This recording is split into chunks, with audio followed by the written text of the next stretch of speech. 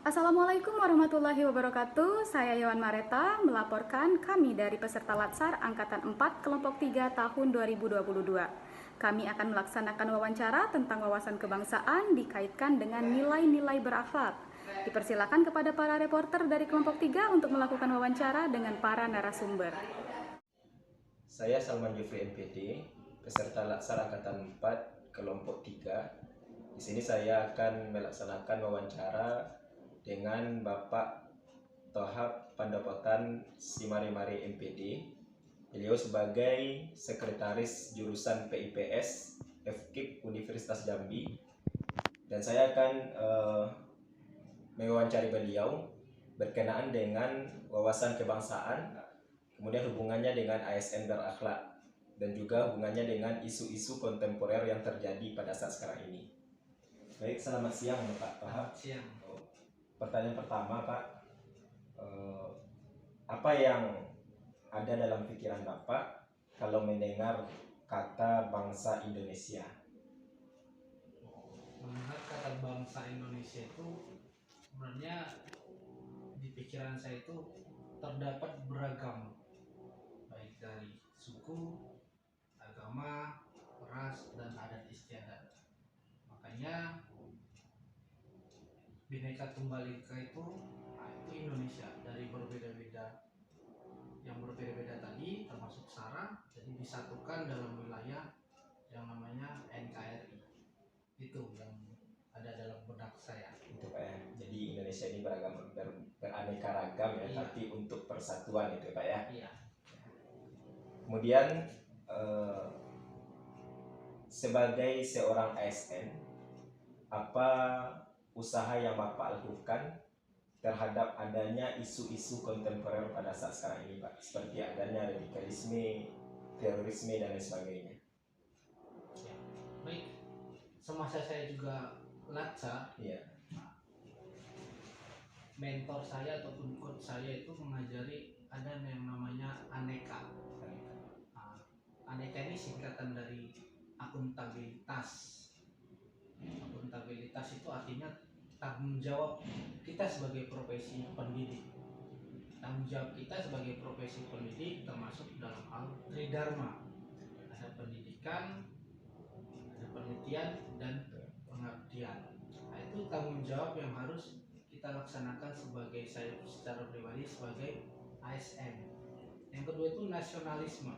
Maksudnya ini adalah netralitas kita. Contoh nih, dalam bentuk bela negara ini kan luas, ada yang fisik, ada yang non fisik. Ya, nasionalisme ini kan artinya kita tidak memihak, contoh nih dari calon tertentu atau kepala daerah. Ya, kita sebagai ASN sudah diatur kita harus bersikap netral. Nah, terus yang selanjutnya tadi etika publik. Etika publik itu artinya menjaga martabat kita sebagai profesi PNS, sebagai abdi negara, dan menjaga martabat institusi pemerintah. Kita ini sebagai ASN kan di bawah kepemimpinan dari Pak Jokowi. Jadi apapun kebijakan daripada pemerintah, suka tidak suka, mau tidak mau, tidak ada alasan mau tidak mau ya, harus kita laksanakan. Terutama dalam profesi kita sebagai dosen tadi, tridharma tadi, pendidikan, pengajaran, dan pengabdian. Selanjutnya yang komitmen mutu. Sebagai pendidik kita harus melakukan inovasi dalam hal tridharma tadi juga. Kita tidak bisa dilepaskan dari hal tridharma. Pendidikan, contoh kita dalam melakukan pembelajaran harus memanfaatkan media pembelajaran, memanfaatkan apalagi model pembelajaran, atau bahkan sekarang ini yang lagi trennya di Universitas Jambi itu PJBL maupun case method. Nah, jadi harus membuat pembelajaran yang menarik, jadi bukan monoton hanya ceramah seperti itu atau presentasi seperti itu. Selanjutnya anti korupsi. Ya, poin sebenarnya anti korupsi ini sudah menjamur ya, sudah berakar. Bahkan ASN kita boleh lihat ya di berita itu juga tidak menutup kemungkinan ASN itu terlibat gitu.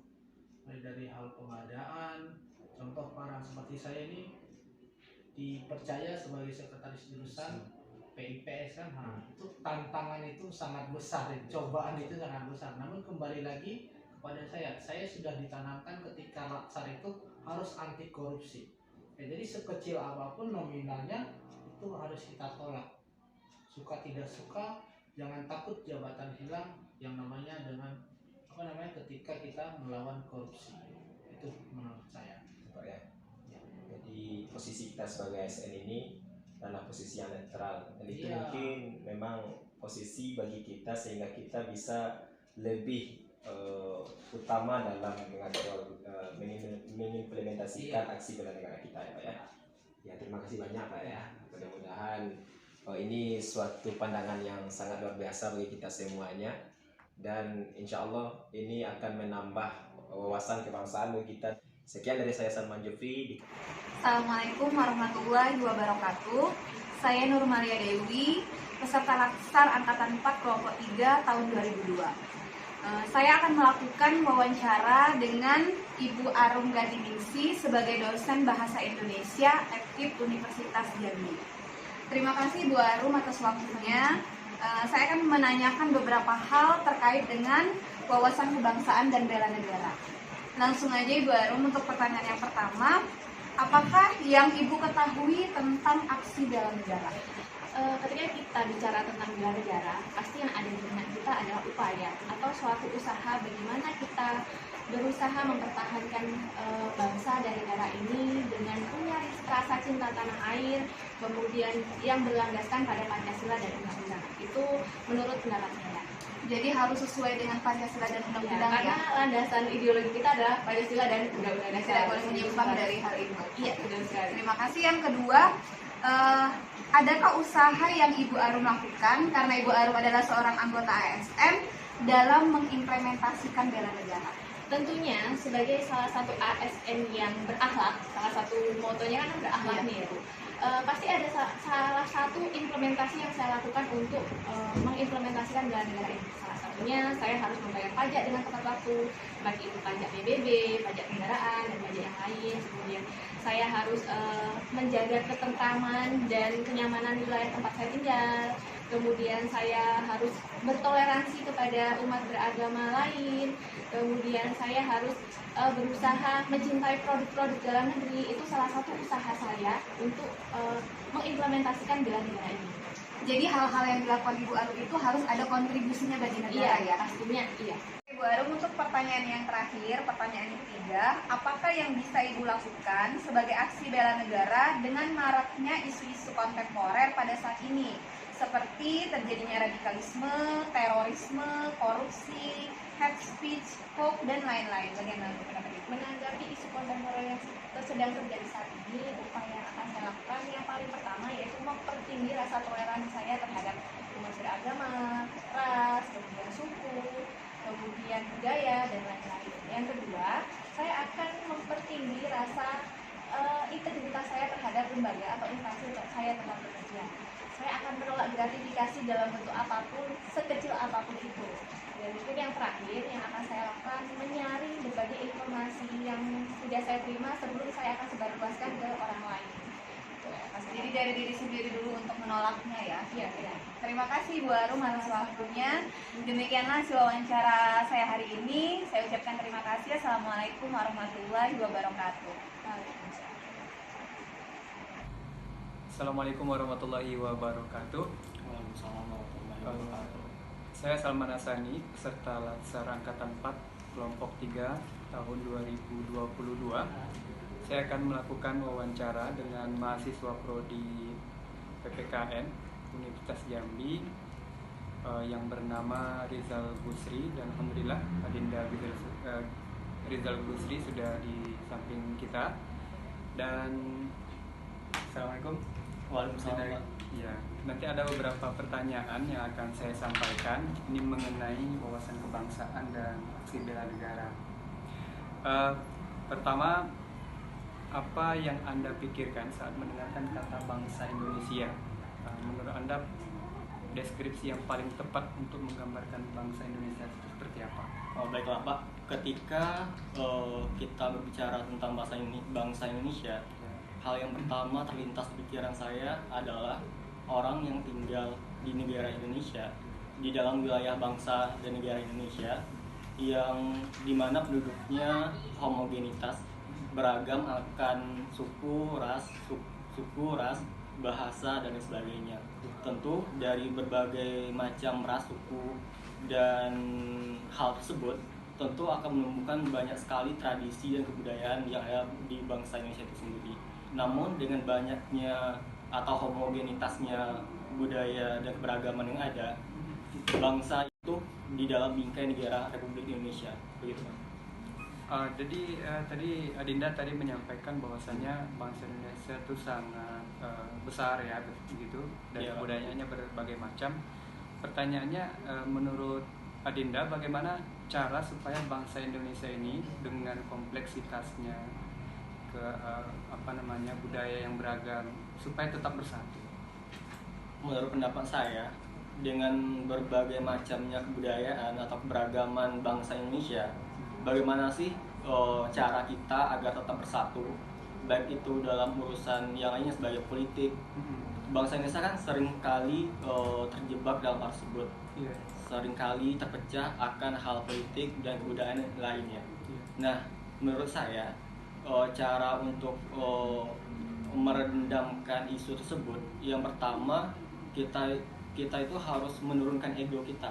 Iya. Menurunkan ego kita bagaimana, dan memperluas wawasan kita bagaimana tentang hal tersebut, bagaimana cara pandang kita tentang suatu permasalahan tersebut. Kita kan memang berbeda-beda kebudayaan, tentu kita harus toleransi dan menghargai akan perbedaan tersebut agar kita tetap utuh di dalam bingkai negara Kesatuan Republik Indonesia. Sama seperti dengan simbolnya negara kita, Bhinneka Tunggal Ika, kita berbeda-beda tapi kita tetap utuh dalam negara Indonesia itu sendiri, Pak. Wah, luar biasa sekali ini jawaban dari Adinda Rizal Busri ini. Pertanyaan terakhir nih, Ya, ini untuk generasi milenial. Mohon sarannya nih dari Adinda Rizal Busri, bagaimana terhadap generasi milenial atau bahkan mahasiswa Unja khususnya, supaya dapat berperan aktif dalam menjaga kebangsaan Indonesia. Berbicara tentang saran ya Pak, kebetulan saya juga generasi milenial. Tentu kita bagaimana sih kita harus tetap utuh dalam bingkai negara Kesatuan Republik Indonesia. Kita harus menghargai perbedaan, kita harus toleransi antar umat beragama, antar perbedaan ras dan lain sebagainya. Saran saya yaitu kita harus memperbanyak dulu Pak pengetahuan kita. Dengan kita memiliki pengetahuan, tentu pola pikir kita akan berubah gitu Pak. Iya, betul. Nah, ketika pola pikir kita berubah, tentu kita dalam menyikapi akan problematika yang ada atau perbedaan yang ada, tentu kita akan lebih bersifat terbuka, tidak menutup diri tentang akan perbedaan tersebut.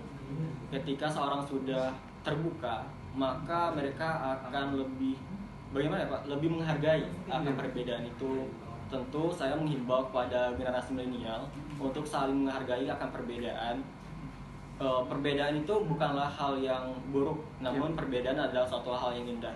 Ibarat kita lihat warna pelangi, nah dari warna pelangi saja, ibarat kalau cuma merah kan tidak indah gitu kan. Karena adanya keberagaman warna, merah, kuning, hijau dan sebagainya, itu akan lebih indah. Nah, tentu dalam keberagaman tersebut, dalam persatuan tersebut, kita menjadi generasi milenial yang indah gitu nah. Akan dengan adanya kekompakan, kita akan lebih kuat baik dari segala bidang. Ya. Terima kasih, ini luar biasa sekali wawancara mengenai wawasan kebangsaan dan aksi bela negara, dan mudah-mudahan ini menjadi contoh milenial di luar sana dan bahkan khususnya mahasiswa di lingkungan kampus Universitas Jambi. Demikian wawancara kami kali ini. Terima kasih atas perhatiannya. Assalamualaikum warahmatullahi wabarakatuh. Waalaikumsalam warahmatullahi wabarakatuh.